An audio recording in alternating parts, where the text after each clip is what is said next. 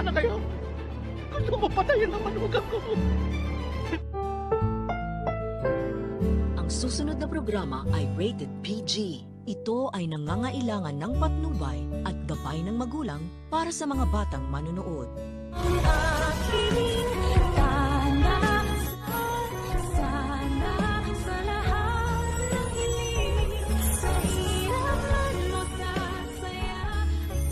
Napara nga ng pulis itong sina Moira at Zoe. At sakto rin naman nung tumigil na ang sasakyan ng mag-inang Bruhilda ay gising na rin ang matandang si Lolo Pepe. Kaya't nakagawa siya ng ingay upang mapansin ng police officer dahil kahina-hinala rin ang nangyayari. Kaya naman pinilit ng pulis na buksan ang trunk ng kotse ni na Moira. Dito na nga tumambad sa kanya ang kaawa-awang matanda na humihingi ng tulong. Pagkat halos masuffocate na nga ito sa tagal ng pagkakakulong niya sa likuran ng sasakyan.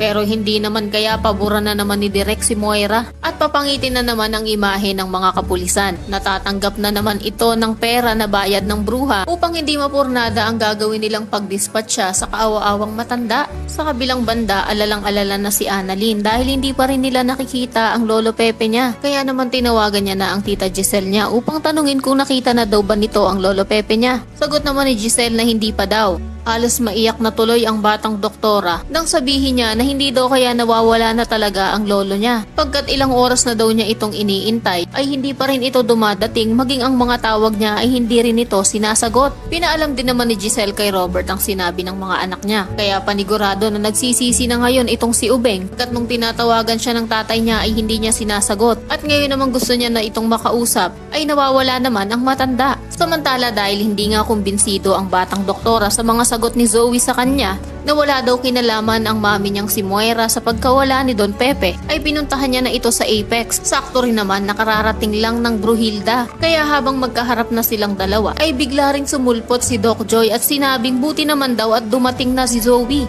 Huling-huli na talaga ang pagsisinungaling ng lukalukang si Zoe pagkat ang sabi niya kay Annalyn na hindi naman daw siya umalis ng Apex at sa halip ay may inaasikaso nga daw siyang pasyente. Kaya naman kung isa ka rin sa mga nagnanais na malaman na nga nila Annalyn, nakasama si Zoe sa mga gumawa ng karumal-dumal na karahasan dito kay Don Pepe upang hindi lang siya maitakwil sa pamilya Tanyag kundi pareho na sila ni Moira na maghimas ng rehas. Ay pakiclick naman ng like at subscribe button. Maaari ka rin mag-iwan ng komento sa ibaba para sa iyong mga saloobin at sugestyon.